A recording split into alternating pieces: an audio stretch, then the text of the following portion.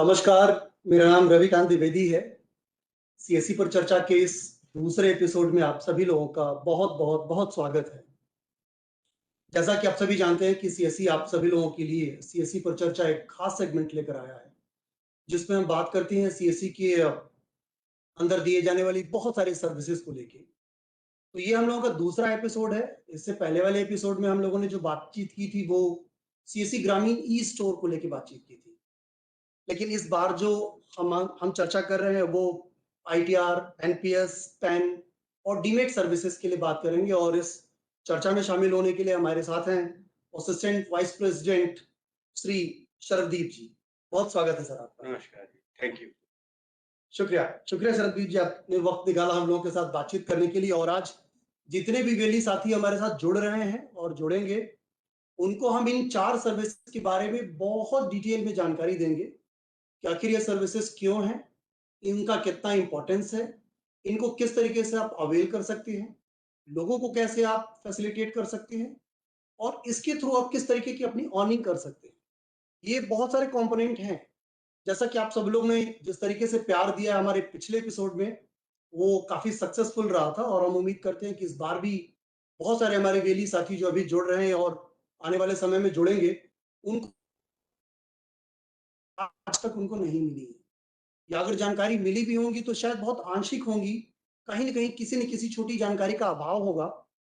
वो हम चाहते हैं कि इस बार की चर्चा में हम उसको एकदम से खत्म करें और आपकी जितनी भी छोटी से छोटी और बड़ी से बड़ी क्वेश्चंस हैं, समस्याएं हैं, उनको आप कमेंट बॉक्स में जरूर लिखें। फेसबुक लाइव अगले 1 घंटे तक आप लोगों के साथ रहेगा। अगर आपको इस पर्टिकुलर 4 सर्विसेज से जुड़ा किसी भी तरीके का कोई सवाल है, आप कमेंट में लिखिए। हालांकि कमेंट्स तो बहुत सारे आएंगे, फिर भी हमारी कोशिश होगी कि जो उसमें से लिमिटेड क्वेश्चंस अगर हम उठा सकें तो हम उनको उठाएंगे। और श्रद्धीप सर हम लोगों के साथ हैं, हम उनसे लाइव सवाल जवाब करेंगे और उसके बारे में बातचीत करेंगे। तो सर चर्चा की शुरुआत करते हैं और जो सबसे पहले हम बात करेंगे आज आईटीआर की। जैसा कि सभी लोग जानते हैं कि आईटीआर हर एक आम इंसान के जीवन में कितना महत्वपूर्ण है और उसके बारे में जानना बेहद जरूरी है। तो आईटीआर यानी इनकम टैक्स रिटर्न एक ऐसा रिटर्न फॉर्म है जिसका इस्तेमाल आप अपनी आय और अपनी संपत्ति दोनों के बारे में डिटेल बताने के लिए करते हैं। इसमें टैक्स देने वाले लोगों के पर्सनल और फाइनेंशियल डेटाज होते हैं। ज्यादातर आईटीआर इलेक्ट्रॉनिक मोड में भरा जाता है। वरिष्ठ नागरिकों के लिए इसे मैनुअल रूप से भी दाखिल करने का विकल्प होता है। यू मीन टू से कि अगर आप कोई भी चीज अर्निंग करते हैं, डेटा बहुत जरूरी है। अब आईटीआर कौन कौन कर सकता है, कौन कौन नहीं कर सकता है, उसका भी एक अलग अलग स्लैब है। बहुत सारे इसके अलग अलग कंपोनेंट हैं, लेकिन हम आप लोगों को वो एक बेसिक इंफॉर्मेशन देना चाह रहे हैं जो कि आप लोगों के लिए हमेशा से बहुत जरूरी है। और शायद आप लोगों को पता भी होगा, बट हम एक बार फिर से रिपीट चाह रहे हैं कि अगर कोई 60 साल से कम आयु का है और उसकी सालाना इनकम 2.5 लाख रुपए है तो उसको कोई टैक्स नहीं देना होगा। Right sir? इसमें कोई अगर कहीं कुछ लगे तो मुझे आप करेक्ट करिएगा। इससे अधिक आय वाले इंसान को आईटीआर फाइल करना होगा। दूसरा, अगर कोई व्यक्ति 60 साल से अधिक है और 80 साल से कम है और उसकी सालाना इनकम भी 3 लाख है तो वो व्यक्ति भी टैक्स के दायरे से बाहर है। Right sir? राइट। इसके साथ ही अगर कोई 80 साल से अधिक का इंसान है और उसकी सालाना इनकम 5 लाख रुपए है, वो भी टैक्स के दायरे से बाहर आएगा। इन सभी पहलुओं पे हम बहुत डिटेल में बातचीत करेंगे, लेकिन बातचीत करने से पहले हम आपको अपने कुछ ऑफिशियल वेबसाइट्स, सोशल हैंडल्स और किस तरीके से आप इन सर्विसेज को अवेल करेंगे उसके बारे में हम बताना चाहेंगे। तो सबसे पहले मैं आपको कुछ दिखाना चाहता हूं, उसके बाद हम लोग वन बाय वन इस पर बात करते हैं। तो सबसे पहले हम बात करेंगे हमारी इस G2C सर्विसेज जिसको हम बोल रहे हैं गवर्नमेंट टू सिटीजन सर्विसेज को अवेल करने के लिए डिजिटल सेवा .cse.gov.in पे लॉगिन करेंगे। इसके बाद अगर आप आगे आएंगे तो आप ये पाएंगे कि इसके अगले पेज पर अगर हम जाते हैं तो आप ये देखेंगे कि ये वो प्रमुख सर्विसेज हैं जिस पर हम बात करने वाले हैं। एनपीएस, डीमैट, आईटीआर और पैन नंबर। सारे वेली साथी इस पेज को देख लें, इसको नोट कर लें, इसका स्क्रीनशॉट कहीं सेव कर लें, ये आप लोगों के लिए बहुत काम आने वाला है। एनपीएस, अगर आपको एनपीएस से जुड़ा कोई भी सवाल है, मन में कुछ है तो आप यहाँ लिख सकते हैं, पूछ सकते हैं। इस एपिसोड के बाद आप फर्दर अगर कोऑर्डिनेट करना चाहते हैं तो इसकी मेल आईडी आपके सामने लिखी हुई है। एनपीएस के लिए आप pension@csc.gov.in पे लिखें। डीमैट के लिए puja.csc@csc.gov.in पे लिखें। आईटीआर के लिए भी वही ईमेल आईडी है, puja.csc@csc.gov.in। और पैन के लिए अलका पांडे हमारे साथ होंगी, alka.pandey@csc.gov.in। इसके अलावा ये हमारी हेल्पलाइन नंबर है। अगर कोई और जुड़ा इशू है, किसी और विषय के बारे में जानना चाहते हैं, तो हमारी हेल्पलाइन जिसका नंबर है 14599, याद रखें ये आपके अपने रजिस्टर्ड नंबर से ही लगेगा। जो नंबर आपका सीएससी के साथ रजिस्टर्ड है, उसी नंबर से आप इसे एक वर्किंग आवर में का डायल करेंगे, जो कि मंडे टू फ्राइडे है, 10 to 5:30 है। उसमें अगर आप ये नंबर डायल करते हैं 14599, तो आप जरूर हमारी टीम से बात कर पाएंगे। इसके अलावा अगले पेज की तरफ आप जाते हैं तो ये हमारी प्रमुख वेबसाइट्स हैं जिसके बारे में आपको जानना बहुत जरूरी है, क्योंकि आजकल ऐसा देखने में आ रहा है कि बहुत सारी सिमिलर वेबसाइट्स का इस्तेमाल करके बहुत सारे लोग धोखाधड़ी का शिकार हो रहे हैं। तो हम आपको बताना चाहते हैं कि हमारी ये 3 ऑथेंटिक वेबसाइट्स हैं जो आपको याद रखनी है। ये पिक्चर सेव कर लीजिए, ये स्क्रीनशॉट सेव कर लीजिए, ये आपके बहुत काम आने वाली है। वेबसाइट्स एक बार बताना चाहूंगा, cscspv.in वेबसाइट दूसरी है हमारी, csc.gov.in। और अगर आपको किसी जानकारी चाहिए, सीएससी से जुड़ा कुछ भी पूछना है, तो आप जरूर इस वेबसाइट को फॉलो करें, जानकारी.csccloud.in। इसके अलावा हमारे सोशल मीडिया हैंडल्स हैं जो आपके सामने ये स्क्रीन पर दिख रहे हैं। Facebook @CSC scheme, Instagram common service centres, Twitter handle CSC eGov, LinkedIn common services centres official, और हमारा यूट्यूब CSC स्कीम है। इसके अलावा अगर MD CSC Shri Sanjay Rakesh sir को अगर आप फॉलो करना चाह रहे हैं, संजय के राकेश, ये हमारी प्रमुख वेबसाइट्स और सोशल मीडिया हैंडल्स हैं।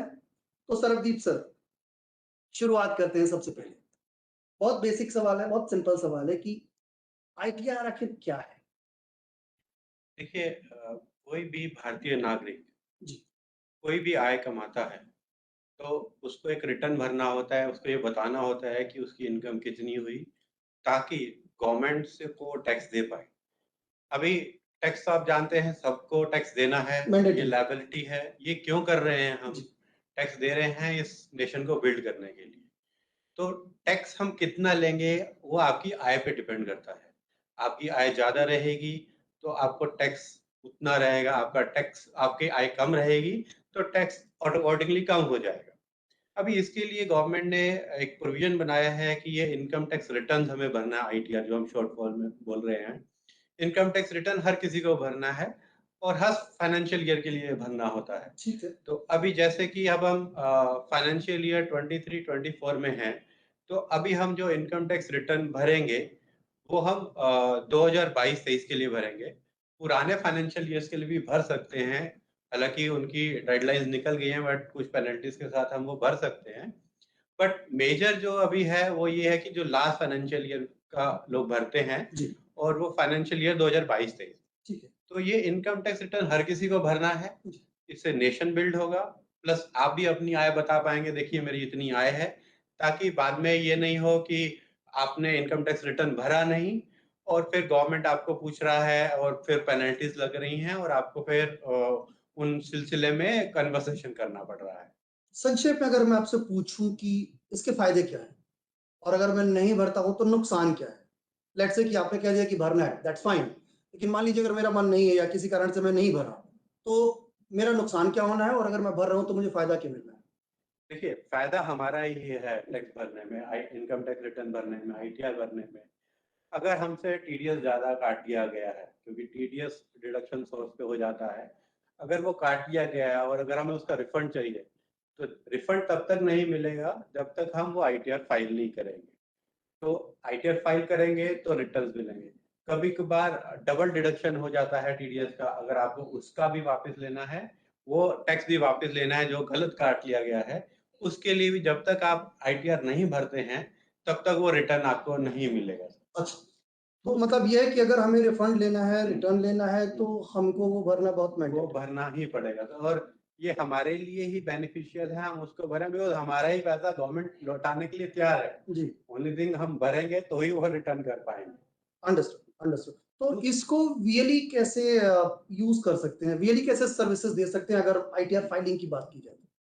देखिए, हमने इनकम टैक्स रिटर्न की एक सर्विस हमारे लिए, हमने अपने जो हमारा पोर्टल है, जो डिजिटल सेवा पोर्टल है हमारा, वहाँ पे जाके हर बीएलई अपना लॉगिन करता है, पासवर्ड डालता है, और वहाँ पे इनकम टैक्स रिटर्न का एक ऑप्शन मिलता है, जी। आईटीआर आप सर्च करते हैं। जी। शॉर्टकट्स भी क्रिएट किए गए हैं, बिकॉज अभी ज़्यादा रिटर्न्स भरेंगे, बिकॉज फाइनेंशियल ईयर अभी खत्म हुआ है, तो उसके लिए शॉर्टकट भी हमने क्रिएट किया ताकि आपको ढूंढना ना पड़े। बट स्टिल अगर आप ढूंढना चाहते हैं तो एक सर्च में जाके आप इनकम टैक्स रिटर्न सर्च करेंगे, आईटीआर सर्च करेंगे, तो ऑप्शन दे दिया जाएगा।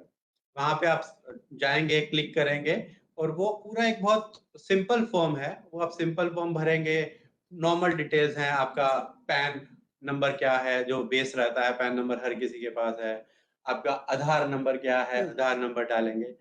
बैंक डिटेल्स डालेंगे, बिकॉज अगर सपोज करिए रिफंड करना है गवर्नमेंट को आपको, तो वो बैंक डिटेल सही होना चाहिए, करेक्ट होना चाहिए। मोबाइल नंबर लिया जाता है ताकि कुछ प्रॉब्लम है, हमें आपसे कुछ बात करनी है, कुछ पूछना है हमें, तो मोबाइल नंबर लिया जाता है। तो ये जो आप डिटेल्स डाल रहे हैं, ये रिक्वेस्ट यही है कि आप बहुत केयरफुली डालिए, ठीक डालिए, ताकि उसमें टाइम ज़ाया ना हो और आपका रिटर्न बहुत इजीली फाइल हो जाए। अंडरस्टूड। तो अगर मैं और इसको थोड़ा-सा संक्षेप में समझना चाहूँ आम दर्शकों के लिए कि आईटीआर फाइलिंग के लिए हमको किन-किन पेपर्स की ज़रूरत होती है और हमें किन-किन बातों का ख़्याल करना होता है और फॉर्म भरने के बाद क्या होता है एग्ज़ैक्टली? तो देखिए, जब इनकम टैक्स रिटर्न हम भरते हैं, जैसे मैंने बोला, ये 2-3 चीज़ें तो हैं, पैन है, आधार है, बैंक डिटेल्स हैं आपको, और मोबाइल नंबर है, ये आप डिटेल भरेंगे, प्लस कुछ कॉन्टैक्ट डिटेल्स रहेंगी, वो आप भरेंगे। ये भर के उसके बाद हमें ई-साइन की एक फैसिलिटी भी दी गई है, ताकि ये प्रोसेस पूरा ऑनलाइन बनाया गया है।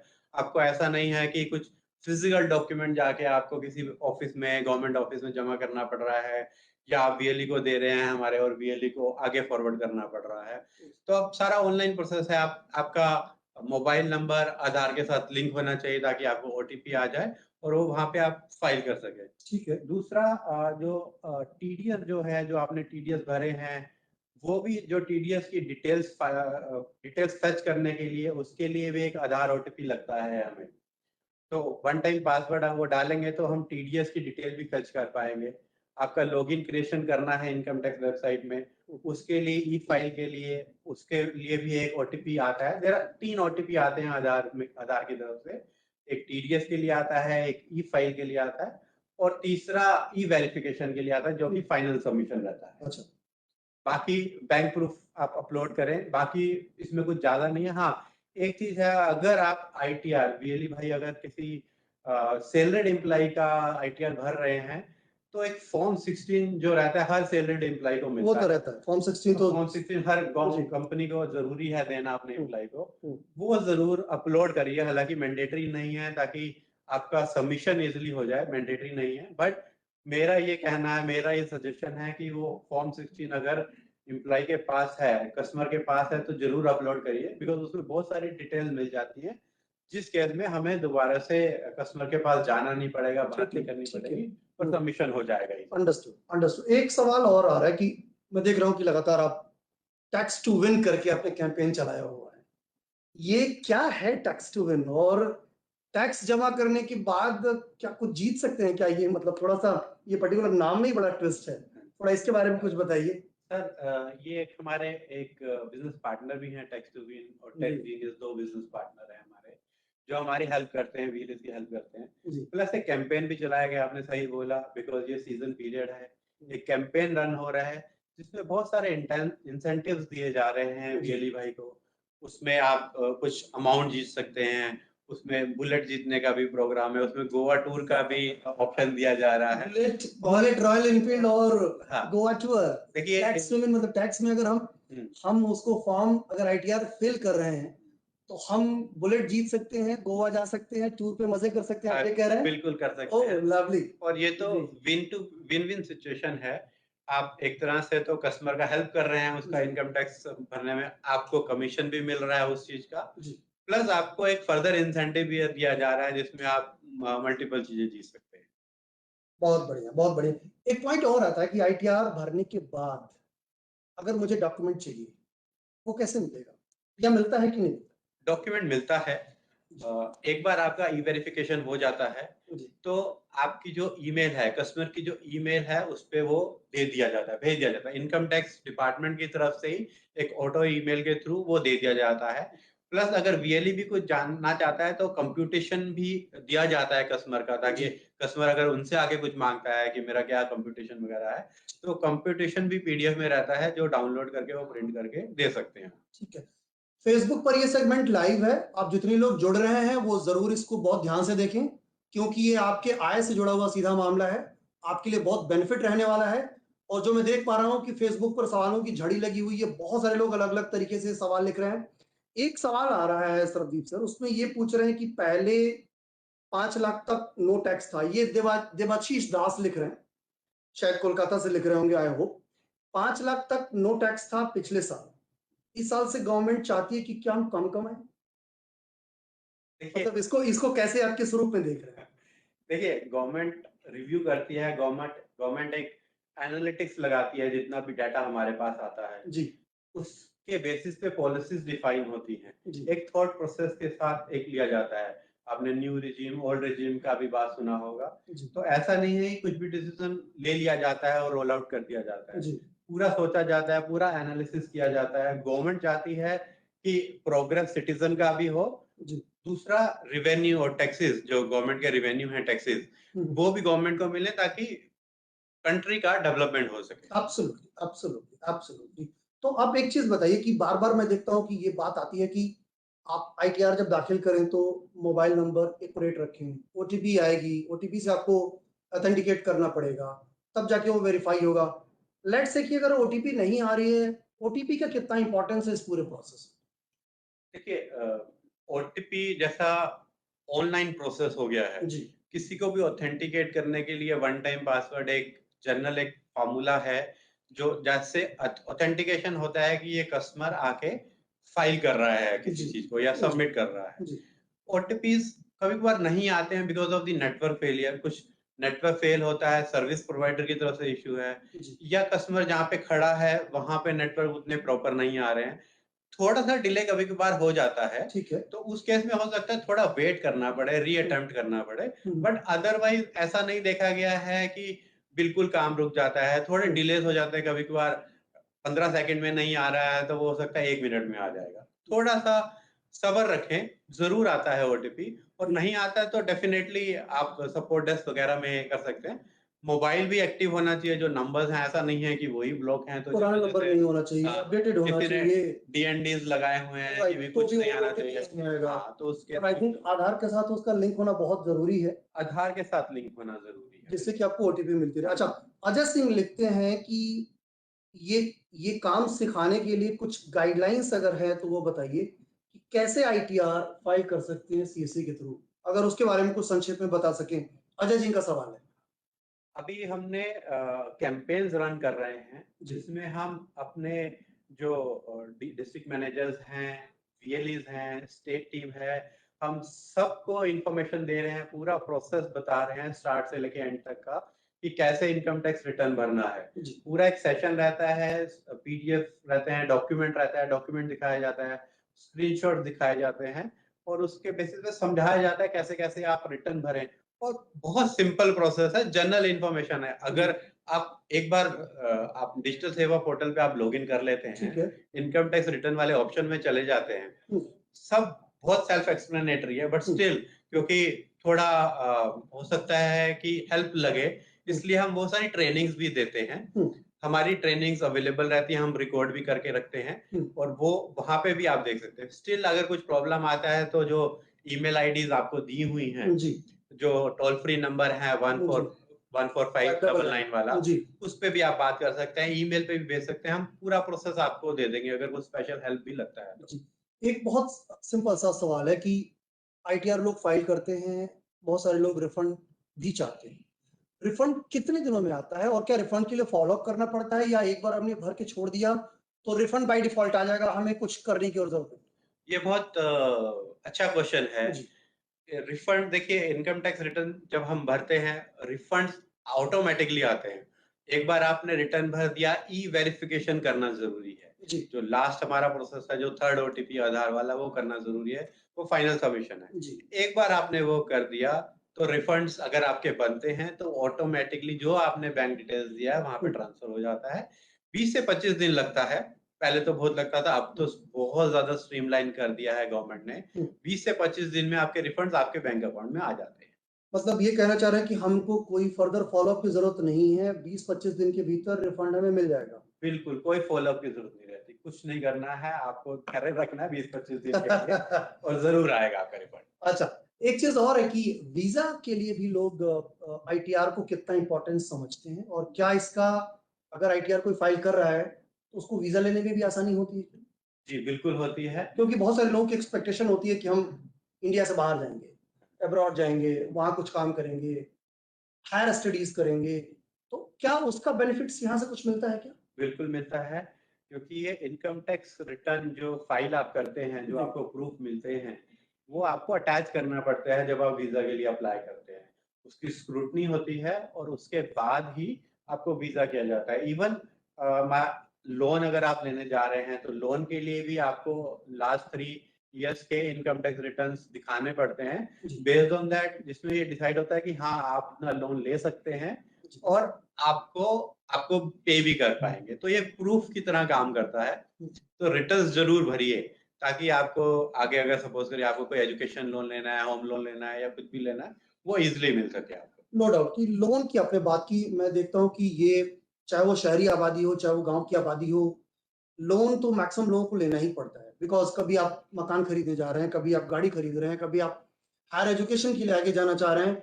लोन लेने में ये आईटीआर फाइलिंग हमको किस तरीके की हेल्प करता है, और क्या अगर हम टाइम से आईटीआर फाइल कर रहे हैं और हमारी बैंकिंग स्ट्रांग है, फाइनेंशियल स्ट्रांग है, तो लोन लेने में हमें आसानी होती बिल्कुल होती है, क्योंकि आप आईटीआर भर रहे हैं, है? जी तो इससे आपका प्रूफ समझता है कि आप कितनी आय कमा रहे हैं साल में। अच्छा। तो बैंक को कहीं और जाने की जरूरत नहीं है। आपकी वो सैलरी देख रहा है, हम्म, आपके बैंक अकाउंट्स देख रहा है, स्टेटमेंट्स देख रहा है, प्लस आईटीआर देख रहा है, वो मैच कर रहा है। जी। एक बार मैच हो गया, बहुत इजी है, उसको भी यकीन होता है कि हाँ भाई, बंदा जेन्युइन है और इजिली उसको लोन दिया जा सकता है और इसके पास कैपेबिलिटी है रिटर्न करने की।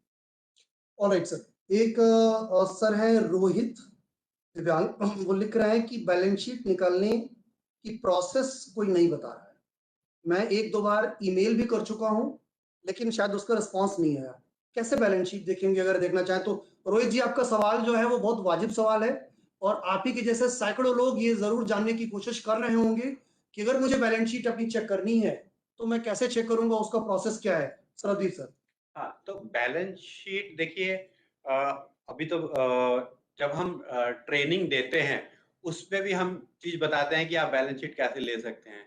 कुछ हमारे जो बिजनेस पार्टनर्स हैं, इनकी ईमेल आईडीज भी हम देते हैं। अगर आपको बैलेंस शीट निकलवाना है तो जी, आप उस पर एक मेल भेज सकते हैं और डिटेल्स अपनी दे सकते हैं, रेफरेंस आईडीज वगैरह दे सकते हैं, जिसके बेसिस पे आपने इनकम टैक्स रिटर्न फाइल किया था। वहां से निकल जाएगा। वहां से इनकम टैक्स जो हमारे पार्टनर्स हैं वो निकाल के देंगे। जी अगर आपको फिर कोई प्रॉब्लम आ रही है, अगेन जो हमारी ईमेल आईडी जो हमने दी है, जी। उस पे आप मेल करिए, हम आपको बैलेंस शीट के लिए हेल्प करेंगे। अंडरस्टूड। समय चूंकि बहुत 1 घंटे का ही है और हमने 4 सर्विसेज की बात करने की सोची है, तो ये आई थिंक आईटीआर पर मोटी मोटा हम लोगों ने ब्रीफ किया है। फिर भी अगर किसी को कुछ रह रहा है तो मैं आपको कुछ वेबसाइट्स दिखा रहा हूँ, कुछ मेल आईडीज दिखा रहा हूँ, आप उस मेल आईडी पे जरूर करें।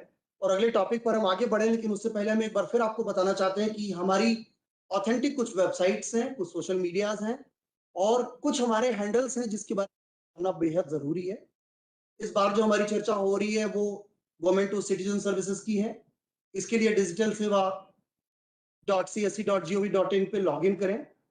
अगले पेज पर अगर आप बढ़ेंगे तो आप ये पाएंगे कि ये चुनिंदा मेल आईडीज हैं जो आपको सेव रखनी बहुत जरूरी है। याद रखें, मैं बार बार इस शब्द को रिपीट कर रहा हूं, इस मेल आईडी को ध्यान में रखें, इसका स्क्रीनशॉट सेव करें और इसको फर्दर कम्युनिकेशन के लिए यूज करें। एनपीएस से जुड़े मामले के लिए आप pension@csc.gov.in पे लिखें। डीमैट और आईटीआर, इन दोनों के बारे में अगर कुछ जानकारी रह रही है, कुछ और पूछना चाह रहे हैं, मन में कोई और सवाल आते हैं, तो आप पूजा.csc@ csc.gov.in पे लिखें। और अगर पैन से जुड़ा कोई मामला आपके पास है तो alka.pandey@csc.gov.in पर लिखें। और अगर आप सीएससी के बारे में कुछ और जानना चाहते हैं, जहां पे इन चारों सर्विसेज के बारे में आपको जानकारी है, बट आप कुछ और जानना चाह रहे हैं, तो हमारी helpline number 14599 Monday to Friday 10 to 5:30 in between अपने रजिस्टर्ड मोबाइल नंबर से कॉल करें और जानकारी लें। इसके अलावा हमारी कुछ ऑफिशियल वेबसाइट्स हैं जो आपको जाननी बहुत जरूरी है।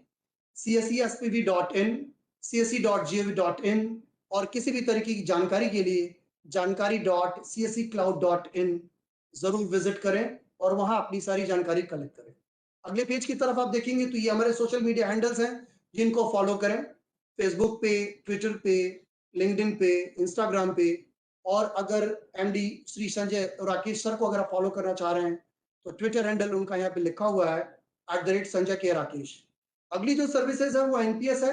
अगली स्लाइड हमारी एनपीएस की है। सर, एनपीएस के बारे में हम आगे बढ़े उससे पहले मैं चाहूंगा कि जो आपने प्रिपेयर किया पहले वही दिखाएं, उसके बाद हम बात करें। हम सभी लोग जानते हैं कि एनपीएस यानी कि नेशनल पेंशन सिस्टम, ये भारत सरकार द्वारा शुरू की गई पेंशन योजना है। और इस प्रकार की पेंशन कम इन्वेस्टमेंट स्कीम है जिसके बारे में सबको जानना बहुत जरूरी है। क्या है ये, एक बार थोड़ा सा डिटेल एक्सप्लेन करें जो हमारे वीएलईज दर्शक के समय जुड़ रहे हैं हमारे साथ। ये नेशनल पेंशन सिस्टम, राष्ट्रीय पेंशन प्रणाली, ये गवर्नमेंट ऑफ इंडिया का इनिशिएटिव है। जी ये 2004 से जो एम्प्लॉइज थे, गवर्नमेंट एम्प्लॉइज थे, उनके लिए ये रोल आउट किया गया था। और उसके बाद गवर्नमेंट ने बोला कि ये स्कीम इतना अच्छा है, इसको रिटेल सेक्टर के लिए, इंडिविजुअल जस्ट लाइक मेरे जैसे लोग, आपके जैसे लोग जो सर्विस करते हैं, गवर्नमेंट सर्विस में नहीं हैं, और या फिर व्यवसाय करते हैं, जी वर्कर पेंशन लेना चाहते हैं, तो वो एनपीएस में आके नेशनल पेंशन सिस्टम में एनरोल कर सकते हैं, रजिस्टर कर सकते हैं और उसका बेनिफिट उठा सकते हैं।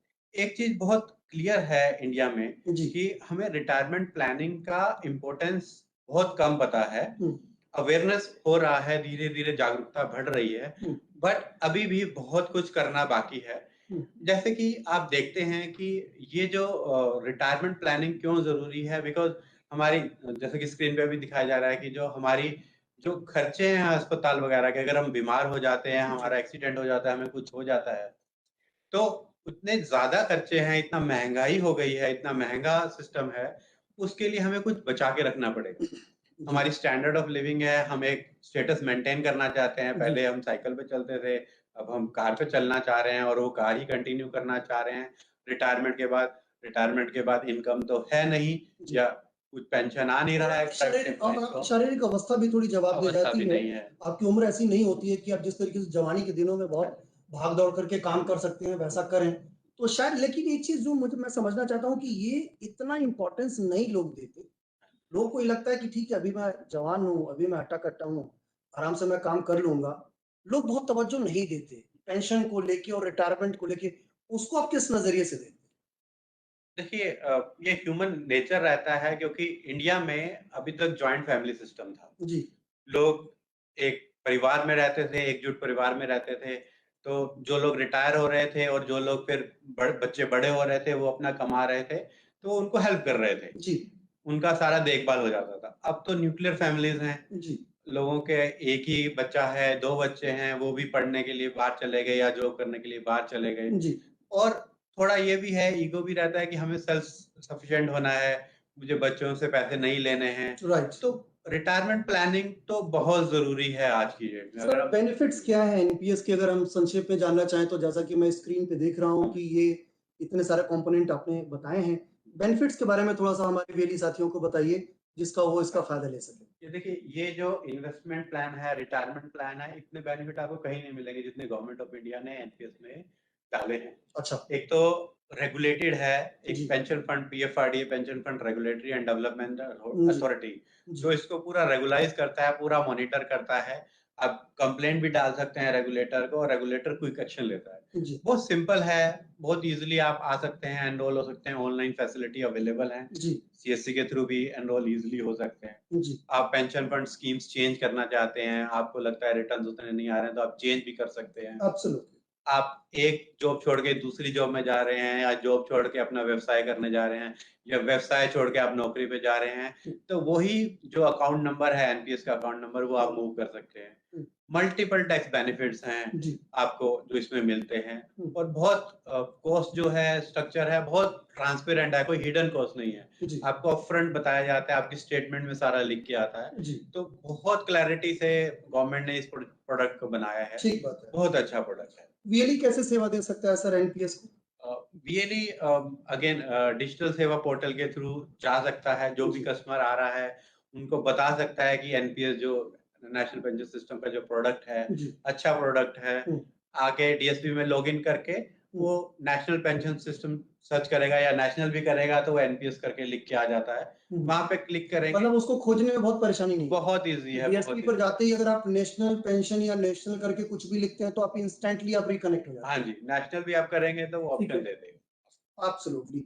इसका कमीशन स्ट्रक्चर कैसा है? क्योंकि हम बार-बार जो भी सर्विसेज़ दे रहे हैं, उसमें एक जो बड़ा फ़ायदा है वो वीएलई के हित का है। हाँ जी। तो वीएलई अगर ये करता है नेशनल पेंशन स्कीम में एनरोलमेंट करता है लोगों का, उसका कमीशन स्ट्रक्चर के बारे में अगर थोड़ा बता सकें तो? देखिए, कमीशन जो वीएलई को इसमें मिलता है, एक अकाउंट खोलने में ₹160 मिलता है और ऐसा नहीं है कि ये बाद में मिलता है, ये एक इस अकाउंट खोलने में ₹160 ₹60 वीएलई अगर का एक कमीशन बार है। में वो 10 अकाउंट खोल दे तो हाँ जी, ₹1600 ₹1600 हो उसको मिल जाएँगे। जाएँगे। हाँ जी, ₹1600 हो ठीक जाएँगे है, उसके। ठीक है। प्लस जो भी आप इन्वेस्टमेंट करवा रहे हैं, जी। उस पे भी कम से कम ₹24 मिलता है वीएलई को। जी। तो ₹500 करवाए तो आपको ₹24 मिलते हैं। तो एक अकाउंट अगर आप ₹500 से खुलवा रहे हैं तो ₹184 का आपको कमीशन मिलता है। हुँ। और वो अपफ्रंट दिया जाता है, ऐसा नहीं है कि 1 महीने बाद मिलेगा या 2 महीने बाद मिलेगा। हुँ। जैसे ही आप इन्वेस्टमेंट करेंगे उसी में एडजस्ट करके आपको कमीशन दे दिया जाता है। अंडरस्टूड। जितने भी दर्शक इस समय देख रहे हैं ये कार्यक्रम ये बहुत इम्पोर्टेंट है बिकॉज़ इसमें बहुत कम बातचीत होती है और ये आप लोगों के लिए जानना बहुत ज़रूरी है। अदरवाइज़ शायद जानकारी का अभाव होगा तो फिर आप अलग तरीके से आप इन चीज़ों को समझ नहीं पाएँगे। ये जो बताई जा रही है चीज़ उसको ध्यान से देखें, सुनें और इससे जुड़ा अगर कोई सवाल है तो फ़ेसबुक पर आप लिखें। कमेंट में अपने सवाल लिखें, हम इंस्टेंटली तुरंत सरदीप सर से बात करेंगे और उसका जवाब लेंगे। एक फज़ल हक बबलू बाबू करके हैं, वो पूछ रहे हैं कि एनपीएस 60 ईयर ओल्ड मैन या वुमन को अगर हम कर रहे हैं तो उनका क्या फ़ायदा है? क्या ये एज ग्रुप ठीक है इस काम के लिए? देखिए वैसे तो ये कहा जाता है कि रिटायरमेंट प्लानिंग आप जितनी जल्दी स्टार्ट करें, जी। उतना ज़्यादा बेनिफिट है। क्योंकि अगर आप किस 2 उम्र साल में करें? किस उम्र में मतलब आपके हिसाब से मैं किस उम्र में इसको शुरू करूँ तो ठीक है? देखिए मेरे हिसाब से तो जैसे ही आप कमाना शुरू कर देते हैं 25 साल में, 30 साल में, वैसे ही आप शुरू कर इसमें दें। थोड़ा डालते जाइए, बहुत जी। लिमिटेड अमाउंट डालने का ज़रूरत है, जो मिनिमम रिक्वायरमेंट रहता है। जी। ₹1000 से स्टार्ट हो जाता है। जी। ₹1000 आप डालिए, महीने का डालिए, ₹500 महीने का डालिए, वो स्टार्ट हो जाता है। जितना जल्दी डालेंगे उतना ज़्यादा आपका कॉर्पस बनता है। मतलब इसके लिए किसी बड़े इन्वेस्टमेंट की ज़रूरत नहीं है। आप ₹500 मिनिमम से भी इसको शुरू बिल्कुल, बिल्कुल। और उसका फ़ायदा किस तरीके का मिल रहा है? उसका फ़ायदा देखिए ये इन्वेस्ट हो जाता है, जी। कंपाउंड रेट ऑफ इंटरेस्ट लगता है। हुँ। आपका जो अमाउंट इन्वेस्टेड है वो दोबारा री-इन्वेस्ट होता है और उसके ऊपर भी रिटर्न्स मिलते हैं। ठीक बात है। तो मल्टीपल फोल्ड आपका इन्वेस्टमेंट में जंप आता है। तो हुँ। जब आप रिटायर होएँगे, देखेंगे आपने अमाउंट उतना नहीं डाला बट आपका कॉर्पस बहुत बड़ा बन गया। जी। तो वो कॉर्पस आपको हेल्प करेगा आपका रिटायरमेंट जीवन जीने में। Absolutely, absolutely, absolutely. तो इसमें एक पेंशन फंड को सेलेक्ट करने का भी एक प्रपोज़ल आता है कि हाँ जी। उसको कैसे सेलेक्ट करें और उसमें क्या सेलेक्ट करें, क्या ना सेलेक्ट करें? हुँ। या ऐसा करके कुछ भी है जो जानना बहुत ज़रूरी है लोगों को? देखिए, वैसे हर किसी का अपना-अपना रहता है कि वो कौन-सा 10 पेंशन फंड पीएफआरडी ने अलाउ किए हैं जी। इसके अंदर। जी। अगर आपको लगता है कि इक्विटी में आपको अच्छा इन्वेस्टमेंट रिटर्न मिलेगा, हुँ। तो आप इक्विटी में डाल सकते हैं। हुँ। आपको डेट में डालना है, तो डेट बॉन्ड्स में डाल सकते हैं। ठीक है। कॉर्पोरेट बॉन्ड्स में अगर आपको लाइकिंग है, तो आप कॉर्पोरेट बॉन्ड्स में डाल लें। जी। इसमें बस यही है कि जो पीएफआरडी भी बोलता है, रेगुलेटर भी बोलता है हुँ। या जो नॉर्मल फाइनेंशियल एडवाइजर्स बोलते हैं हुँ। हुँ। कि अगर आप लेटर स्टेज ऑफ एज पे हैं, हुँ। 60 साल के आस-पास हैं, हुँ। तो आप इक्विटी में कम डालिए, गवर्नमेंट सिक्योरिटीज़ में ज़्यादा डालिए। अच्छा। और अगर आप यंग हैं, हुँ। तो आप इक्विटी में ज़्यादा डाल सकते हैं बिकॉज़ रिटर्न्स उसमें ज़्यादा रहते हैं, ओके। रिस्क लेने की कैपेबिलिटीज़ आपकी ज़्यादा ज़्यादा है। रहती हाँ है। जी। बिल्कुल ठीक बात है। अच्छा इस मान लीजिए हमने डालना शुरू कर दिया, हम विथड्रॉल कैसे करेंगे? विड्रॉल के या लिए विड्रॉल का प्रोसेस क्या होता है? हाँ क्या जी। वो बहुत जटिल होता है या आसानी से आप विड्रॉल कर सकते हैं? जब ज़रूरत हो तब कर सकते हैं या उसका एक सर्टेन टाइम है कि आप इस टाइम से पहले नहीं कर सकते हैं? विड्रॉल के बारे में थोड़ा बताएँ। विड्रॉल तो बहुत ईज़ी है, बहुत ईज़ी बनाया गया है। सीएससी वालों के लिए तो और भी ईज़ी है जो सीएससी के साथ जुड़े हुए हैं। जी, एक फॉर्म रहता है, पार्शियल विड्रॉल का फॉर्म रहता है जो भरना होता है। जी, ऑनलाइन ऑप्शन भी अवेलेबल है, कोई कोई कस्टमर है, वो टेक सेवी है तो वो लॉगिन करके ऑनलाइन भी डाल सकता है। जी। अगर उसको फॉर्म ऑनलाइन नहीं करना है तो वो फॉर्म भर देंगे। अंडरस्टूड। फॉर्म भर के एक अपना कैंसल चेक या क बैंक प्रूफ लगा देंगे उस फॉर्म के साथ हुँ, और वो सबमिट कर देंगे, वीएलई को कर देंगे, हमारे को भेज देंगे हेड ऑफिस में। हम यहाँ से उसको प्रोसेस कर देंगे। अब 25% जितना भी आपने इन्वेस्ट किया है उसका हुँ, 25% आप निकाल सकते हैं। हुँ, अपना एनपीएस के दौरान टेन्योर में आप 3 बार उसको निकाल सकते हैं हुँ, और जो भी आपका रजिस्टर्ड बैंक अकाउंट है, हुँ। वो उसमें ट्रांसफर कर दिया जाता है। सर 2 सवाल आ रहा है। एक लाल मोहन करके हैं, लाल मोहन, वो लिख रहे हैं कि how to set up auto debit facility in NPS. एक सवाल तो ये मैं लेना चाहूँगा आपसे। दूसरा रफ़ी शेख लिख रहे हैं कि सर मैं 2019 से टैक्स टू विन से आईटीआर फाइल कर रहा हूँ, लेकिन पिछले साल का नहीं किया हूँ। अभी सिर्फ़ इस साल का करूँ या दोनों करूँ? दोनों के बारे में अगर आप अलग-अलग आंसर दे सकें तो रफ़ी साहब आप लाइन पे रहें। आप हमारे साथ फ़ेसबुक को पूरा देखें। आपके सवाल का जवाब सरदीप सर दे रहे हैं। तो लाल मोहन जी जो आपने बताया कि जो एनपीएस का जो आप ऑटो डेबिट लगाना चाह रहे हैं, जी। तो एक डायरेक्ट रेमिटेंस करके एक फैसिलिटी है, हुँ, जो जिसमें आपकी नेट बैंकिंग के थ्रू आपका अकाउंट जोड़ दिया जाता है हुँ, और उससे आपका जो भी फ्रीक्वेंसी पे आप चाह रहे हैं, जो भी आप अमाउंट अपना रिमिट करना चाह रहे हैं, इन्वेस्ट करना चाह रहे हैं, वो वहाँ पे आप सेलेक्ट कर सकते हैं। जी। ₹500 से लेके अपर लिमिट कुछ नहीं है, हुँ, मंथली भी कर सकते हैं, क्वार्टरली भी कर सकते हैं, हुँ, हाफ ईयरली भी कर सकते हैं, ईयरली भी कर सकते हैं ठीक बात और है। डायरेक्ट रेमिटेंस में हुँ, आप जा सकते हैं। अगर आपको डायरेक्ट रेमिटेंस एक प्रोसेस है, अगर हुँ, आपको और डिटेल में समझना है, तो आप हमारी वेबसाइट पे आ सकते हैं। आप जो ईमेल आईडी दी गई है उस पे आप लिख सकते pension@csc.gov.in हैं। पे हाँ, उसपे हम आपको पूरा प्रोसेस फ्लो भी आपको जी। दे देंगे, रफ़ी शेयर शाह कर साहब का देंगे। जो सवाल था कि मैं 2019 से Tax2Win ITR file कर रहा हूँ, लेकिन पिछले साल का नहीं किया हूँ। ये आईटीआर का है जी, क्वेश्चन तो ज़रूर करें अगेन क्योंकि बेनिफिट हमने ऑलरेडी आपको गिना दिए हैं। जो आपके अगर रिफंड्स बनते हैं तो रिफंड्स आ जाएँगे। कुछ आपको वीज़ा है, लोन में जी, एप्लीकेबल है, तो ज़रूर करिए तो पेनल्टी लगेगा जो भी गवर्नमेंट ने पेनल्टी डिफाइन किया है वो हुँ, पेनल्टी लगेगा। बट आप ज़रूर फाइल करिए और इस साल का तो जितना जल्दी मतलब 22-23 का जितना जल्दी आप कर सकते हैं उतना अच्छा है। ठीक है। जितने भी वेली दर्शक जुड़ रहे हैं और आम दर्शक जुड़ रहे हैं, उन लोगों से मैं एक बार फिर अपील करूँगा कि अगर आपके पास आईटीआर, पैन, एनपीएस और डीमैट सर्विसेज़ से जुड़े अगर कोई भी सवाल हैं, तो वो सवाल आप बेफ़िक्र होके कमेंट बॉक्स में हमें लिखें। हमारे साथ असिस्टेंट वाइस प्रेज़िडेंट श्री शरदीप जी हैं, हम उनसे सवाल सीधे पूछेंगे और आपके लिखे गए कमेंट्स का इंस्टेंट आपको यहाँ उत्तर भी मिलेगा। एक बड़ा सा कस्टमर अपना प्रोफ़ाइल अगर देखना चाहे, वो कैसे देखेगा कि मेरी पोजीशनिंग कैसी है? वो अगर हम देखना चाहें तो। और कोई भी अपना अकाउंट खोल रहा है, एनपीएस अकाउंट खोल रहा है, उसको यूज़र आईडी पासवर्ड्स दिए जाते हैं ठीक है। और उसमें वो लॉगिन कर सकता है, वेबसाइट अवेलेबल है, उसमें वो लॉगिन कर सकता है। हुँ, हुँ, लॉगिन करने के बाद उसको सारा उसका प्रोफ़ाइल दिख जाएगा कि उसने पर्सनल डिटेल्स में क्या डाला है, कॉन्टैक्ट नंबर्स क्या डाले हैं, हुँ, क्या नॉमिनेशन उसने सेलेक्ट किया हुँ, हुआ है, बैंक डिटेल्स क्या हैं, हुँ, कौन-सा पेंशन फंड डाला है, वो सारा प्रोफ़ाइल देख सकता है।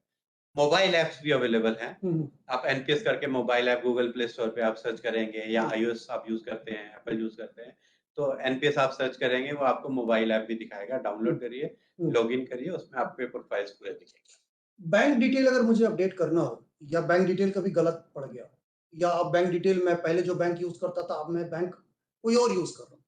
उसको अपडेट करने का वे फॉरवर्ड क्या है? बैंक डिटेल्स अगेन बहुत इम्पोर्टेंट क्वेश्चन है, बहुत अच्छा जी, क्वेश्चन है, जी, क्योंकि ये जो बैंक डिटेल्स आपने रजिस्टर किया है, इसी पे ही सारे फंड रेमिटेंस होने वाले हैं। कोई जी, भी फंड आप निकाल रहे हैं, विथड्रॉ कर रहे हैं या एनपीएस को छोड़ के एग्ज़िट कर रहे हैं, रिटायरमेंट हो गया आपका, जी। तो उस बैंक जो रजिस्टर्ड बैंक अकाउंट है, उसमें ही पैसा ट्रांसफर किया अच्छा। अब वो अकाउंट नहीं रहा, बंद हो गया सम हुँ, रीज़न से या आप कंटिन्यू नहीं कर रहे हैं, फॉलो नहीं कर रहे हैं, हुँ, तो अगेन एक फॉर्म रहता है, मॉडिफिकेशन फॉर्म रहता है, एक सिंपल फॉर्म है, आपको अपना permanent retirement account number mention करना है, बैंक डिटेल्स जो आप अपडेट करना चाहते हैं वो आप मेंशन करिए और साइन करिए, जो आपके साइन हैं वो साइन करके और बैंक प्रूफ के साथ हमें भेज दीजिए। आप ईमेल आईडी पे भी भेज सकते हैं, जो हमने ईमेल आईडी दिया है उस पर भेज दीजिए, हम स्क्रूटनी कर लेंगे। अगर आप टेक सेवी हैं तो लॉगिन करके चाहे मोबाइल ऐप में या वेबसाइट पे जाके भी आप अपना बैंक डिटेल्स ऑटोमेटिकली चेंज कर सकते हैं। अंडरस्टूड। हमने दो सर्विसेज के बारे में बात की, एक एनपीएस और एक आईटीआर फाइलिंग। उन दोनों के बारे में आप लोगों को जानकारी मिली होगी।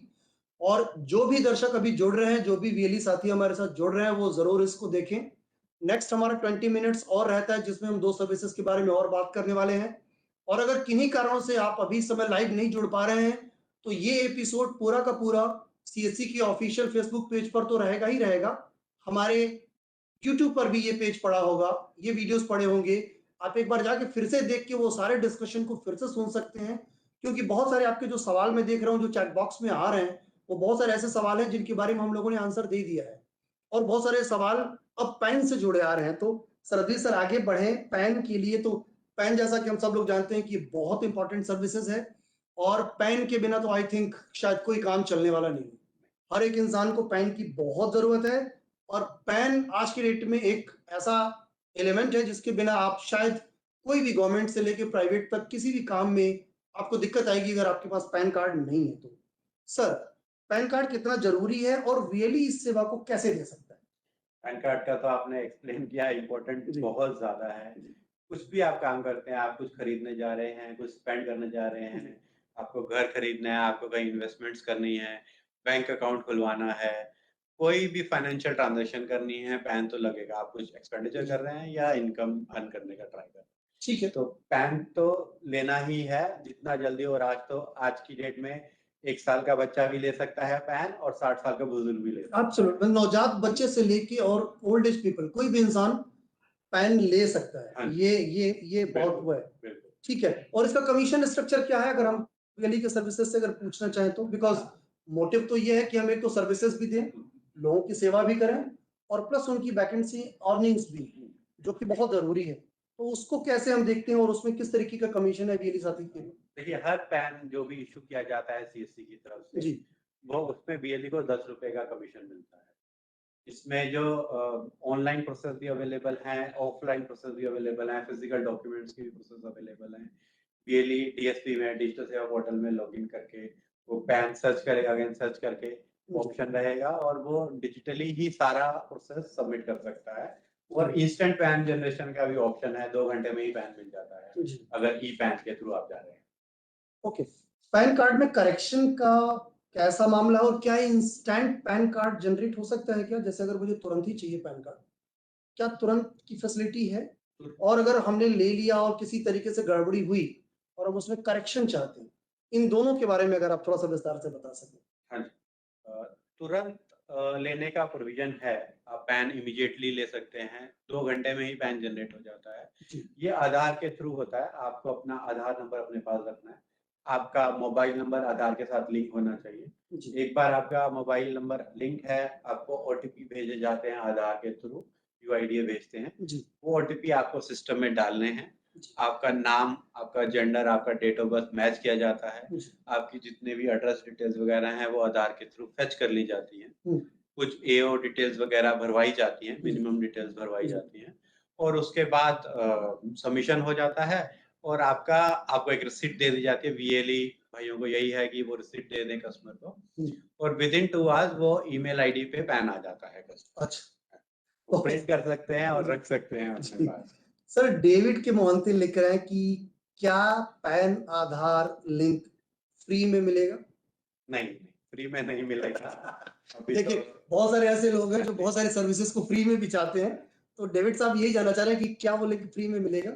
नहीं, क्योंकि ये गवर्नमेंट का रूल है। पहले फ्री था जी, बट अभी बिकॉज डिले हो गया तो गवर्नमेंट ने पेनल्टी लगाया। हम कुछ फीस नहीं लेते, डायरेक्टली इनकम टैक्स की वेबसाइट पे जाके मोबाइल और पैन और आधार लिंकेज वहीं से होता है डायरेक्टली जी। हमारे सीएससी सेंटर्स में नहीं होता है, डायरेक्टली वहां जाके मैप करना पड़ता है। एप्लीकेशन का स्टेटस देखना हो तो सर उसका तरीका क्या है? हर किसी वीएलई का एक लॉगिन बनाया है डीएसपी में। पैन सर्विसेज में जब वो जाते हैं तो वहाँ पे पैन ट्रैकर करके एक ऑप्शन जी, मिलता है। जी। तो पैन ट्रैकर में आप अपना एप्लीकेशन नंबर, कस्टमर का एप्लीकेशन नंबर आप डाल सकते हैं हुँ, और वो आपको पूरा स्टेटस बताएगा कहाँ पे है, प्रिंटिंग में है, कुछ हुँ, ऑब्जेक्शन लगा है तो क्या लगा है, वो सारा डिटेल देगा। हुँ, अब एक इम्पोर्टेंट क्वेश्चन और है हुँ, हुँ। इसमें कि एप्लीकेशन नंबर कैसे पता चलेगा? ओके। तो एप्लीकेशन नंबर डैशबोर्ड दिया गया है सबको। जी। तो डैशबोर्ड में जितने भी आपने पैन के लिए अप्लाई किया है एक हुँ, वीएलई ने, हुँ, जितना भी अप्लाई किया है वो पूरा लिस्ट रहता है, ठीक है। एप्लीकेशन नंबर के साथ रहता है। तो हुँ, वहाँ से आप एप्लीकेशन नंबर नोट डाउन कर लीजिए हुँ। और अपना पैन ट्रैकर में जाके उससे फाइंड आउट कर लीजिए। Okay, perfectly fine, perfectly fine. Reprint का मैकेनिज़्म क्या है? अगर हम जैसे चाहिए मुझे रीप्रिंट की ज़रूरत है, देन उसका हम क्या वे फॉरवर्ड है? करेक्शन कुछ आपको करेक्ट करना है पैन में या रीप्रिंट करना है, जी, प्रोसेस सेम है। ओके, आपको दोनों के तरीके सेम है। दोनों के तरीके सेम है। आपको पैन नंबर प्रोवाइड करना है। हुँ, पैन नंबर डालेंगे, डिटेल्स फेच करके देंगे। हुँ, आपको उसमें जो मॉडिफाई करना है आप हुँ, कर लीजिए। हुँ, हुँ, अगर कोई मॉडिफिकेशन नहीं चाहिए, इट मीन्स रीप्रिंट का ऑप्शन है, वहाँ पे एक चेक बॉक्स बनाया जाता है कि रीप्रिंट मुझे करना है मुझे। ठीक है। तो वहाँ पे टिक करेंगे और सबमिशन करेंगे। बहुत ईज़ी प्रोसेस है, ऑनलाइन प्रोसेस है। हुँ, इमीडिएटली आपका सबमिशन हो जाता है। हुँ। तो जितने लोग जुड़ रहे हैं, यहाँ पे मैं एक बार फिर से बता दूँ कि लास्ट का हमारे पास 15 मिनट बचा है।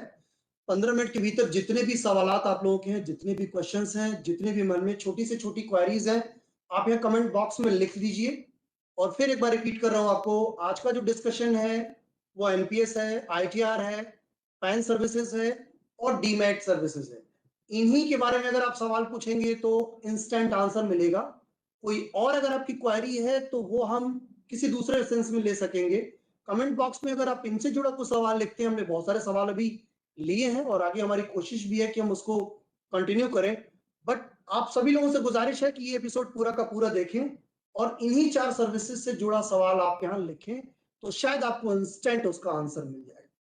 सर अगर किसी का पैन कार्ड नहीं है, सपोज करिए कि मैंने नहीं बनवाया किसी भी रीजन से या मुझे कभी आवश्यकता नहीं लगा, जैसे मैं रूरल इंडिया की बात करूं, बहुत सारे लोग आज भी ऐसे हैं जो कागज पत्तर रखने में थोड़ा सा परहेज करते हैं। उनके लिए क्या मुश्किलात आएंगी अगर नहीं है पेन तो? नहीं, कोई ऑब्जेक्शन या कोई स्क्रूटनी नहीं होती कि आप 60 साल के हैं या 70 साल के हैं और आपके पास पैन नहीं। जी। आप आइए, कोई क्वेश्चन नहीं पूछा जाता। हम्म, आप वैलिड डॉक्यूमेंट दीजिए, जो वैलिड डॉक्यूमेंट है, आधार या जो भी आपके केवाईसी डॉक्यूमेंट है, हम्म, एड्रेस प्रूफ है, हम्म, आइडेंटिटी प्रूफ है, वो हम्म, दीजिए हम्म, और आपको कोई प्रॉब्लम नहीं आएगा पैन लेने में। हम्म। कोई कोई उसमें इंस्पेक्शन नहीं है। सर विष्णु सैनी लिख रहे हैं कि सर 2 आवर में मतलब 2 पैन कार्ड अप्लाई कर सकते हैं क्या? 2 घंटे में पैन मिलेगा अप्लाई तो आप जितनी जल्दी सबमिट करेंगे आई थिंक 10 मिनट का प्रोसेस है वो। अच्छा। इससे ज़्यादा नहीं लगते, 10 जी। मिनट लगते हैं। जी। 10 मिनट में आप सबमिट कर दिया तो वो 2 घंटे में आपको पैन मिल जाता है। हाँ, आप लेट नाइट थोड़ा कर रहे हैं तो ऑफ कोर्स वो अगले दिन मिलेगा ठीक बिकॉज़ है। सिस्टम रन होते हैं तब। रवि ठाकुर लिख रहे हैं कि ऑफलाइन पैन कार्ड का पेपर कैसे भेजें? और मोहन कुमार का सवाल है कि सर पैन कार्ड का फिजिकल डॉक्यूमेंट कहाँ जमा करना होता है? वीएलई ये है और ये गिरिडीह झारखंड से पूछ रहे हैं ये सवाल। हुँ। सर तो इसमें जो फिज़िकल आप जो पैन जनरेट करते हैं, जी। उसका एक रेगुलेटरी ये है कि जो फिज़िकल डॉक्यूमेंट्स हैं वो सबमिट करने होते हैं। वीएलई ध्यान से सुने मोहन कुमार जी, ये सीधा आपके सवाल का ये आंसर कर रहे हैं कि फिजिकल डॉक्यूमेंट कहाँ जमा करना है उसके बारे में आप बता रहे हैं। तो ये मैंडेटरी है और सारे वीएलईज़ को भरना है। कोई भी ऑफलाइन पैन जनरेट कर रहा है फिज़िकल डॉक्यूमेंट्स के थ्रू। तो जो भी आपका नियरेस्ट यूटीआई या टीएसएल का हम्म, ऑफिस है, वो ज़ोनल ऑफिसेज़ उन्होंने बनाए हुए हैं, हम्म, आइडेंटिफाई किए हुए हैं। हम्म, वहाँ पे जाके जो नियरेस्ट है, वहाँ पे जाके आप जमा कर सकते हैं। आप कोरियर भी कर सकते हैं उस ऑफिस में। अगर आपको फिर भी नहीं समझ रहा है कि कौन-सा ज़ोनल ऑफिस आपको नज़दीक पड़ेगा, जी। आप हमारी ईमेल आईडी पे भेज दीजिए। जो हमने ऑफ़िशियल ईमेल आईडी दिया है पैन हम्म, के लिए, उस पे भेज दीजिए। हम उस पे रिप्लाई करेंगे या आप हमें कॉल कर सकते हैं, हम आपको आइडेंटिफ़ाई करके बता देंगे, कहाँ जमा करना है। बट ये एक सिंसियर रिक्वेस्ट है, कोई भी अगर ऑफ़लाइन जनरेट कर रहा है पैन, फिज़िकल डॉक्यूमेंट दीजिए उसके। अदरवाइज़ वो आपको फिर पूछा जाएगा कि क्यों डॉक्यूमेंट नहीं आए। ठीक है। ये हिमाचल प्रदेश से अमित सूद का सवाल है कि how to apply PAN for age of 80 years. अगर 80 साल का कोई है हुँ। उसका पैन को कैसे अप्लाई करें, वही नॉर्मल प्रोसेस है या इसके लिए कोई और अलग मैकेनिज्म है? नॉर्मल प्रोसेस है। जी। वही अगेन माइनस का रहता है, हुँ, अडल्ट्स के रहते हैं, 8 इयर्स है तो उनको एक जमा करना होता है हुँ, डॉक्यूमेंट।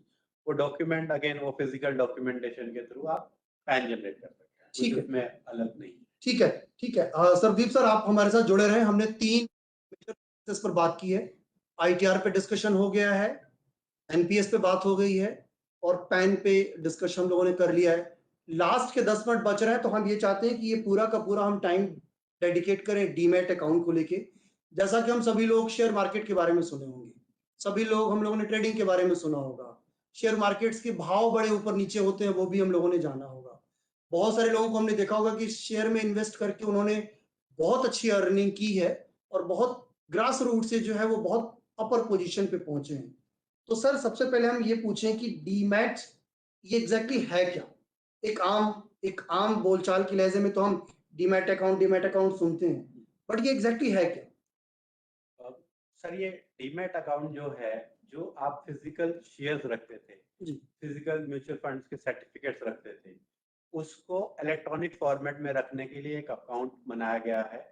गवर्नमेंट ने अलाउ किया अपने रूल्स के थ्रू। जी। उसको एक डीमैट अकाउंट बोला जाता है। ठीक है। इसमें जितने भी आपके इलेक्ट्रॉनिक्स होल्डिंग्स हैं, क्या आपके शेयर्स हैं, मल्टीपल शेयर्स हैं, मल्टीपल कंपनीज के शेयर हैं, जी। म्यूचुअल फंड्स के शेयर भी आप उसमें रख सकते हैं। ये एक प्लेस पे आप इकट्ठा होके आपके अकाउंट में रहता है, आपका पूरा ट्रैकिंग रहता है उसमें। हम्म, वो आप इजीली रिट्रीव कर सकते हैं। हम्म, तो कुछ बेनिफिट्स लगा है सिस्टम में, सेबी को जो इसको गवर्न करता है, हम्म, security exchange board of hmm, India. हम्म, तो ये डीमैट अकाउंट है। पहले सिर्फ फिजिकल होते थे, अभी डीमैट लाया गया है, तो अभी मेजोरिटी डीमैट में ही आपका हम्म, ओपनिंग होता है हम्म, और ट्रेडिंग भी होगा तो डीमैट के थ्रू ही होगा। हम्म। बहुत सारे बेनिफिट हैं, उसके बारे में भी मैं बताऊंगा। बट ये डीमैट अकाउंट बहुत अच्छा कॉन्सेप्ट है, हम्म, जो हम सीएससी में भी हम ये प्रोविजन लेके आए हैं। हम्म। उसमें वीएलईज हेल्प कर सकते हैं सिटीजन की, और उसमें कमीशंस भी मिलते हैं वीएलई। तो हर चीज है, तो डीमैट हमें पॉपुलराइज करना चाहिए। सर सीएससी के जरिए डीमैट अकाउंट कैसे खोल सकते हैं वीएलई साथी जो अभी आपको सुन रहे हैं, देख रहे हैं? अगर वो फर्दर डीमैट अकाउंट खोलना चाहते हैं तो सीएससी के जरिए कैसे खोलें? बहुत ही आसान प्रोसेस है, बहुत ही आसान प्रोसेस है। डिजिटल सेवा पोर्टल में लॉगिन करें, वीएलई यूजर आईडी पासवर्ड डालेंगे। डीमैट का एक ऑप्शन रहता है, सर्च भी आप कर सकते हैं। सर्च करेंगे तो आप दो जगह हम हेल्प करते हैं जी। एक सिटीजन को खोलने में। एक हमारे स्टॉक होल्डिंग के through, stock hmm, holding corporation of India के थ्रू, और एक एचडीएफसी सिक्योरिटीज लिमिटेड के थ्रू। हम्म, आप दोनों में से कोई भी सेलेक्ट कर सकते हैं। वहां पे आप जाएंगे तो आप डिटेल्स फिल करिए, पर्सनल डिटेल्स फिल करिए, बैंक डिटेल्स फिल करिए हम्म। और सबमिशन करिए, तो आपका डीमैट अकाउंट इंस्टेंट खुल जाता है। ठीक है। डीमैट के बेनिफिट्स क्या क्या है? डीमैट्स के बेनिफिट सर, जैसे मैंने बोला, इलेक्ट्रॉनिक फॉर्मेट है। ठीक है। तो पहले क्या होता था ना, लोग शेयर्स रखते थे, फिजिकल शेयर रखते थे, गुम हो जाते थे, फट जाते थे। हम्म, उनको दोबारा रिप्लेस करने में एक बहुत टीडियस काम है। आज की डेट में भी हम्म। अगर किसी का फिजिकल शेयर गुम हो जाता है, उसको एफिडेविट लगाने पड़ते हैं, बहुत सारे प्रूफ लगाने पड़ते हैं, प्रूव करना पड़ता है, और उसके बाद ही वो रीइश्यू हो जाता है। तो ये जो हम स्क्रीन पे देख रहे हाँ, हैं ये डीमैट के बेनिफिट्स हैं। बेनिफिट्स हैं। इनके बारे में अगर संक्षेप में आप थोड़ा सा बता सकें तो? सर एक तो वही कि अगर आपका फिजिकल का जितनी भी डिसएडवांटेजेस हैं वो निकल जाती हैं इसको रखने में।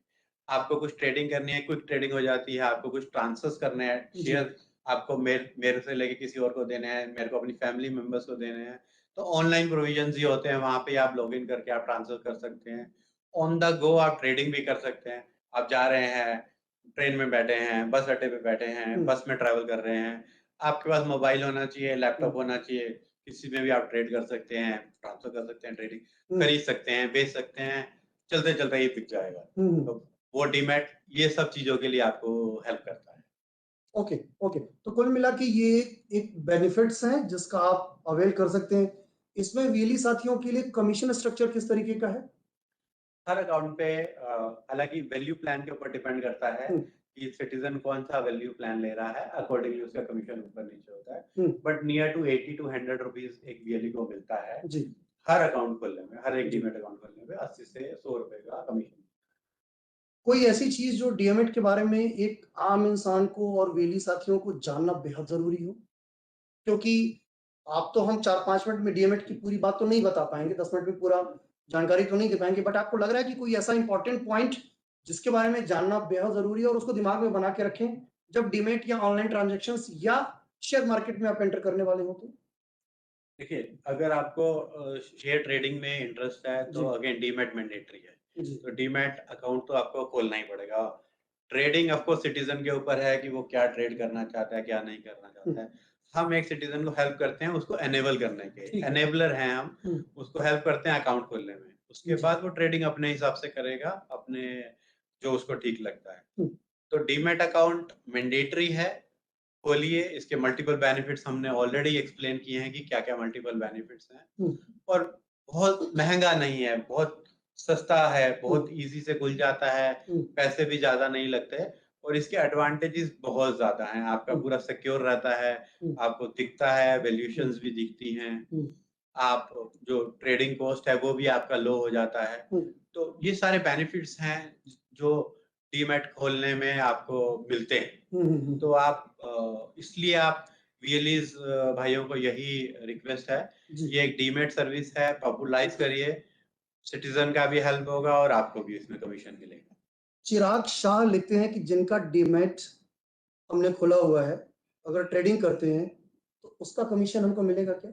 नहीं, हम सिर्फ़ ट्रेडिंग पे नहीं जाते हैं, हुँ, हम रिस्ट्रिक्ट करते हैं as a CSC hmm. Demat account opening में। तो अगर ट्रेडिंग कर रहे हैं तो उसमें हमारा कुछ इन्वॉल्वमेंट नहीं है, तो मतलब हम सिर्फ़ खुलवाने तक की बात कर रहे खुलवाने हैं तक की। और जो ट्रेडिंग करेंगे वो उस पर हमारा कोई कमीशन चार्जेज़ नहीं है। नहीं है। वो तो जो इंसान ट्रेड कर रहा होगा वो डायरेक्टली उसको मिल रहा वो होगा। करेगा, नहीं करेगा, हुँ, किस सिक्योरिटीज़ में करेगा, सीएससी उनसे थोड़ा अलग है। Okay, okay, okay. I think Chirag साहब आपको जवाब इसका मिल गया होगा। तो ये जो हम लोगों ने 1 घंटा जो अलग-अलग डिस्कशन किए हैं, अलग-अलग पॉइंट्स पे बात किया है, उसके बारे में एक बार फिर से मैं समराइज़ करूँगा। ये 1 आवर का जो सेशन था, उसमें 4 चीज़ें बहुत प्रमुख रखी गई थी, जिनके बारे में वन बाय वन मैं फिर से आपको एक्सप्लेन करूँगा। एनपीएस, पैन, डीमैट और आईटीआर फाइलिंग और जैसा कि हम सभी लोग जान रहे हैं कि ये टैक्स टू विन हमारा स्पेशल कैंपेन चल रहा है, जो कब तक चलेगा सर ये टैक्स टू विन का ये कैंपेन? ये जो जून इनकम तक? जुलाई तक चलेगा। जुलाई तक चलेगा। इनकम टैक्स फाइलिंग जुलाई तक करनी है, डेडलाइन है गवर्नमेंट का, जी, जो आप 2022-23 की जो फाइनेंशियल ईयर की फाइलिंग करेंगे, जी। 31 जुलाई एंड डेट है। अगेन लास्ट तक मत रुकिए बिकॉज़ लास्ट तक रुकेंगे हो सकता है फाइलिंग डिले हो जाए, क्योंकि रश आवर हो जाता है हुँ, लास्ट 4-5 डेज़ का। हुँ, ट्राई करिए जितने भी आपके कॉन्टैक्ट्स हैं या जितने भी आपके कस्टमर्स हैं, हुँ, 25-26 जुलाई तक आप उसको कंप्लीट करवा दीजिए और हुँ। सबमिट कर दीजिए। एग्ज़ैक्टली मैं इस बात से तो पूरी तरीके से सहमत हूँ कि क्योंकि अक्सर ऐसा देखा जाता है कि लोग सोचते हैं कि अभी जून है, जुलाई है, तो हमारे पास बहुत टाइम है। मैं आपको बता दूँ कि ये सोचते-सोचते कब जून, जुलाई आ जाता है ना, आपको पता भी नहीं चलता है। टाइम कम पड़ जाता है और जब लास्ट टाइम में आप करने बैठते हैं, तो उस समय कुछ न कुछ दिक्कतें आती हैं, जो आपको प्रॉब्लम कर सकता है।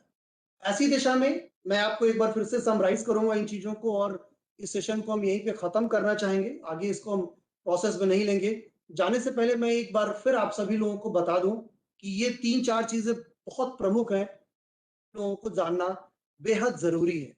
सबसे पहले तो हमारा जो डिजिटल सेवा पोर्टल पे है, वहाँ पे आपको लॉगिन करना है। लॉगिन करने के बाद आप हमारी ऑफ़िशियल वेबसाइट्स, जिसके बारे में आप ज़रूर याद रखें और ये स्लाइड प्लीज़ सेव कर लें। प्लीज़ सेव कर लें, ये जो मेल आईडी आप देख रहे हैं, एनपीएस की, डीमैट की, आईटीआर की, पैन नंबर की, ये मेल आईडी को ज़रूर याद रखें। मैं एक बार आपकी जानकारी के लिए बता दूँ कि pension@csc.gov.in डीमैट से जुड़ा अगर कोई सवाल है और आईटीआर से तो इन दोनों के लिए आप पूजा को लिख सकते हैं। पूजा हमारी टीम कोलीग्स हैं, वो आपको इसका आंसर करेंगी। पूजा.csc@csc.gov.in इसके अलावा अगर पैन से जुड़ा कोई भी सवाल रहता है आपके मन में, तो आप alka.pandey@csc.gov.in पे ज़रूर लिखें। ये स्लाइड सेव कर लें, स्क्रीनशॉट अपने पास रखें। मेल आप जितना कर सकें आप करें, हमारी टीम आपको जवाब देगी एज़ मच एज़ पॉसिबल। इसके अलावा अगर कोई और सवाल है जो आप सीएससी से पूछना चाहते हैं, उसके लिए हेल्पलाइन नंबर आपके रजिस्टर्ड मोबाइल नंबर पे एक्टिवेटेड है। 14599 पे आप कॉल करके उसके बारे में पूरी जानकारी ले सकते हैं। इसके अलावा कुछ वेबसाइट्स और सोशल मीडिया हैंडल्स हैं, जिनके बारे में आपको जानना बेहद ज़रूरी है, जो आप अगली स्लाइड्स पे देख पाएँगे। ये स्लाइड्स हैं cseспv.in, cse.gov.in और किसी भी तरीके की जानकारी के लिए जानकारी.csecloud.in पे ज़रूर विज़िट करें और ऑथेंटिक जानकारी लें। अक्सर ऐसा देखा जा रहा है कि लोग मिलते-जुलते नाम और मिलती-जुलती वेबसाइट्स बना के आपसे अलग तरीके से चीटिंग कर ले रहे हैं। लोग उस तरीके से धोखाधड़ी का शिकार हो जा रहे हैं। तो ये जो 3 वेबसाइट्स हैं, यहाँ पे आपको पूरी और सही जानकारी मिलेगी। इसके अलावा